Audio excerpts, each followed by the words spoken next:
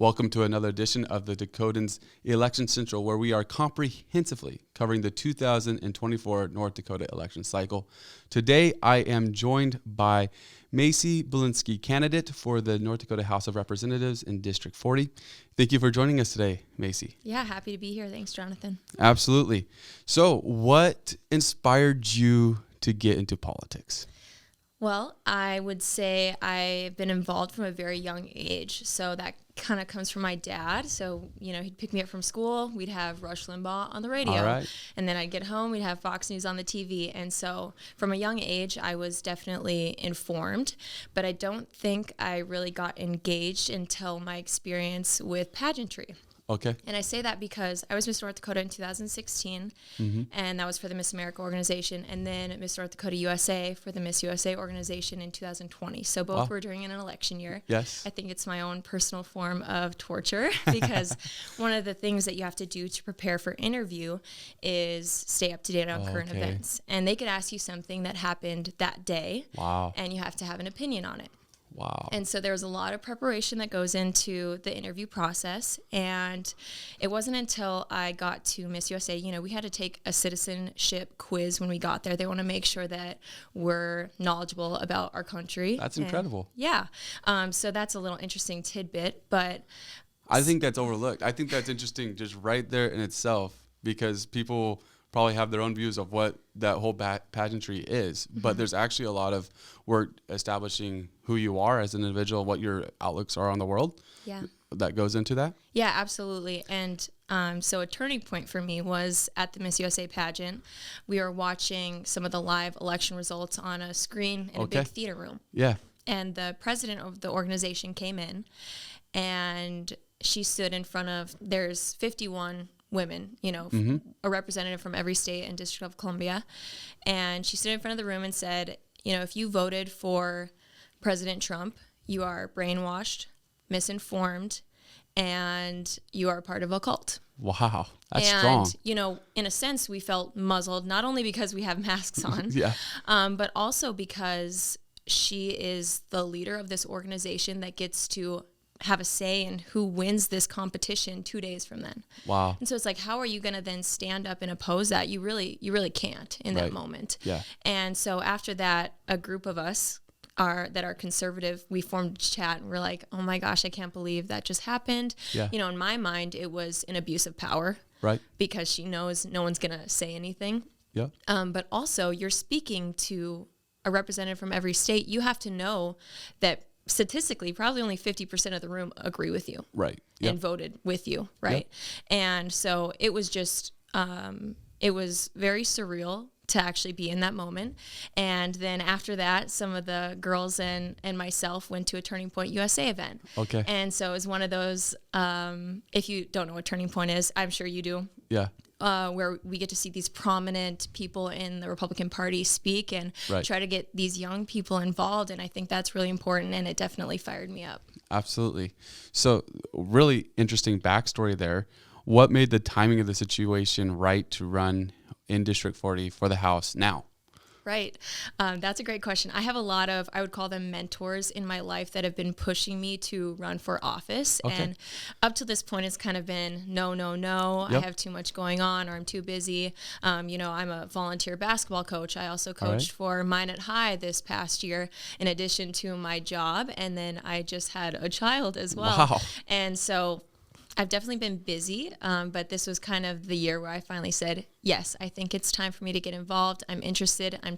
It's time for me to be more engaged. Absolutely. And there's a lot of turnover going on in your district, in District 40. Karen Kresball retiring, Randy Schobinger electing not to run again. So there's an open seat, that there's some competition going on. You have 3 other candidates at this point that we know of. Obviously, there's more that could introduce themselves, so that's gonna be really interesting to watch there. I won't make you comment on all the other candidates. We'll be nice to you. No, I love that it's competitive though, because I like to see people wanting to get involved. Right, absolutely. So talking about District 40, what do you see as some of the most pressing issues that you are wanting to become a champion for? Yeah, well, I mean, I grew up in Minot, North Dakota, and it's it's really a city that I love. And so District 40 particularly, I think a lot of the statewide issues do affect us. I have 3 things that I think are pressing issues that I intend to, if elected, focus on. The first one being our budget and taxes. All right. I am in the process of looking at South Dakota's budget, which is about a third of ours, and I want to know, why are we spending so much more? Obviously, property taxes in Minot are very high, and so I'm also looking into that a little bit. I would like to be able to focus on that. In addition to that, something that I mentioned in my press release is outside entities coming into our state and wanting to use our land, and particularly right now, there's a project going on. I'm sure you've heard of Summit, coming in with a CO2 pipeline. And so that's something that I've been following as well, because the use of eminent domain is something that scares me a little bit. Right. And in addition to that, you know, they're trying to store upwards of 18 million tons of CO2 in North Dakota below the ground. And that does not come without risk. You know, there's an instance in Mississippi that I was reading about where a CO2 pipeline burst, and these people are still affected to this day. You know, if you drive a car, you're not going to be able to get to the hospital, because if you're driving a combustion engine, it needs oxygen to be able to run, right? Yeah. And so there was people pass out on the side of the road in their car that couldn't get to the hospital. And so there's definitely risks. I'm not going to sit and say I'm 100% against it. Right. But that being said, I think we have to be cautious and also understand that it sets a precedent for other projects coming into our state. The biggest deal there being eminent domain. Exactly. Right. Exactly. And then the third issue, obviously, I'm very pro-life. And so if elected, I intend to vote that way. It's been an issue that I've been passionate about for as long as I can remember, you know, growing up as a Catholic. But also when I was Miss North Dakota, I had the opportunity to address our Senate and our House in North Dakota and speak on my pro-life views. And so it's something that I'm not afraid to talk about, and I'm definitely excited to vote about. That's good. Mm-hmm. So let's ask, first we'll start with the tax deal. Obviously, this is something that's getting a lot of attention right now, budget in general. I think it's something that's always top of people's mind. And more recently, there's been measures that have come around addressing the tax issue. Yeah. So a question I've been asking a couple people are the in-property tax that is put out there by a brick backer. You've probably seen something about that, right? Mm-hmm. It's a constitutional measure. Yeah. So what that does is that's going to go into law. It can't be changed except by a 2/3 majority vote. Mm-hmm. There's other ideas and recently there was one that was put out that's a legislative measure. Mm-hmm. I don't need you to support one or the other. I think the biggest question, though, is this something that should be taken care of by a constitutional measure where it goes down in stone and cannot be changed except by 2/3 majority vote by the people? Or is this something that should be taken care of by you in the House of Legislation or House of Representatives through legislation, where it's something that can be amended as things come up that might adjust budget or whatever? I think I like that second option the best. I like when we're able to change things because, especially when you're introducing something new, it's kind of a test run in a sense. And so I definitely like the ability to be able to change it. But I think it's important that we're looking at it nonetheless. Absolutely. It's a great thing that it's a topic of discussion right now. Right. Absolutely. Yeah, it's interesting for our viewers. It's interesting because we have term limits that's come into effect. It's going to start affecting people in 4 years. And that's a constitutional measure. And so people are getting kicked out, and there's no chance to change that, essentially. So, very good. I have this special addition to the podcast, all right, that I want to do. And what it's going to be rapid-fire questions. I'm just going to ask you a question. You can answer as short or relatively as long as you want, as long as it's not like a 5-minute answer. But, you know, you can give an answer and explain or whatever. But you ready for this? I think so. All right, here we go. What's your favorite place in North Dakota? Ooh, Lake Metagoshi. Lake Metagoshi. All right. Dogs or cats? Dogs. Dogs. Sure. Beach vacation or mountain getaway? Mountain getaway. I like to snowboard. Okay. Yeah. Any favorite place to snowboard at? Whitefish, Montana. All right. Yeah. Very good. Coffee or tea? Neither. No. Hey, I don't like either as well. Favorite book? I would say A Court of Thorns and Roses by Sarah J. Maas. All right. Mm-hmm. Are you an early bird or a night owl? Night owl. Yeah, me too. If you could have dinner with any historical figure, who would it be? I've thought about this. Would you consider someone in the Supreme Court currently a historical figure? Anybody in the yes. Okay, I would say Amy Coney Barrett. All right. She's definitely a role model of mine. There you go. That's pretty exciting. Favorite hobby or pastime that you enjoy? This is boring. I really like to read. Okay, there you go. What's the best piece of advice you've ever received? This was actually a hard one. Like when I put that one down, I was like, I would struggle with that. There's so much good things you receive in life, and it's hard to pinpoint it. Yeah.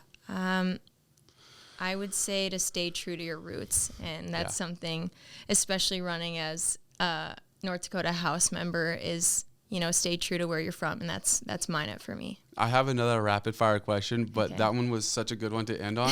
I think we're going to end right there because it's a good answer and it's a good question. So what makes you uniquely qualified to be elected in your district? Why should people vote for you? Yeah, well, in addition to being interested and engaged in our government, I believe my time as Miss North Dakota has definitely helped prepare me for the role. And I say that because, when you're chosen you're essentially a representative of an organization that's much bigger than yourself. And I dedicated over 2 years of my life to that. And not only are you representing the organization, but you are out in the community. You are you have a platform that you're pushing in a sense, and it's really not all that different from what I'm doing right now. And I think it's really given me a voice. And on top of that, I feel that it's given me an opportunity to feel like I can approach someone and I can talk about what I believe in, what I'm passionate about. And hopefully this has given me the power to be able to help people see my perspective and maybe sway some people along the way. Absolutely. Do you think that if you are elected, there's just been a lot of infighting that's happened?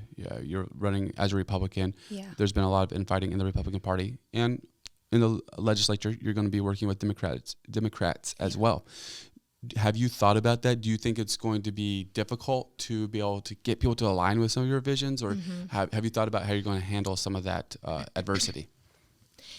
I have an example, I guess, for this answer. And I've posted some political things on my social media, and I love getting the pushback because I think discourse is good. And I posted something, and a girl got back to me saying, you're wrong. I don't agree with this. And basically you hate whatever we're talking about, right? And she ended up unfollowing me on everything. And love it. And that's fine. Yep. But later on, I was volunteering for a pageant, and she was competing in it. And I had to sew her into her dress. Okay. And then afterwards, she came up and she apologized, and she said, I realize that it's not that important when it comes down to it. And I think that's something we forget in politics is the humanity. Right. You get so stuck on an issue that you forget that these human interactions are what's most important. And I think that's something that if I'm voted into the legislature, I would focus on is just, we can still be colleagues and friends even if we disagree. And I really hope that would help me be able to form those relationships that then help me to pass the legislation that I'm passionate about and interested in. Right. Yeah, it's interesting how the word hate so quickly creeps up into messages like that. And when you realize the humanity of people, it's difficult to hate someone to their face. Yeah, like there's got to be some real things that went on for that to happen. Yep. We're all humans. We're all, for the most part, working towards the same goals. We're just going about it different ways a lot of times. So that's really great to hear. If someone wants to support Macy Bolinske in her run, what's going to be the best way to do that? I have a Facebook page, Macy Bolinske for District 40, and that will connect you to my website. And so anything you need to know or want to know, I encourage people to go check that out. I'm always open to emails or messages. I want to know what people in District 40 care about, what they want me to be focusing on as well, especially if I'm elected. So yes, definitely reach out, follow the page, and I'll be keeping updates on there. Very good. Yeah. So I got another question. Okay. I'm going to throw a curveball into this. Everybody thought we were going to end. But in something you said there. Sometimes there's a feeling of disconnect between Bismarck. Once legislation gets in session, everyone's in Bismarck making laws, and here we are, the constituents staying at home. Every once in a while, the legislators come back, and on the weekend, there's a little session of explaining what's going on. But have you thought about how you're going to stay connected to the constituents that actually voted you in? I actually have thought about that. I'm active on Instagram. I've thought about creating my own page, even TikTok. I'm not a huge proponent controversy. I'm not going to get into the TikTok controversy, but even that to express what's going on in the legislature, I think could be a great tool, especially for our young people. I'm in my 20s, and one of the things that I think we need to work on, especially in the Republican Party, is getting young people excited to come out and vote, to be involved. And so using social media, I think, would be a great tool, whether it's a little video, hey, this is what we're working on, let me know what you think. Right. Yeah, I think that's great. I think that's needed. It's amazing to me in the digital age that we live in that there's not more of that connection. So that's, absolutely. That's fantastic. Well, thank you for joining us today. Thanks for having me, Jonathan. Absolutely.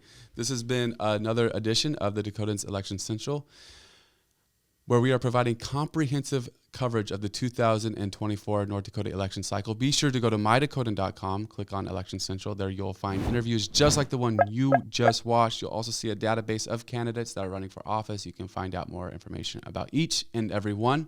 Be sure to follow us on Facebook, like and subscribe on YouTube, become part of the Dakotan community. Thank you for watching this. Have a great day.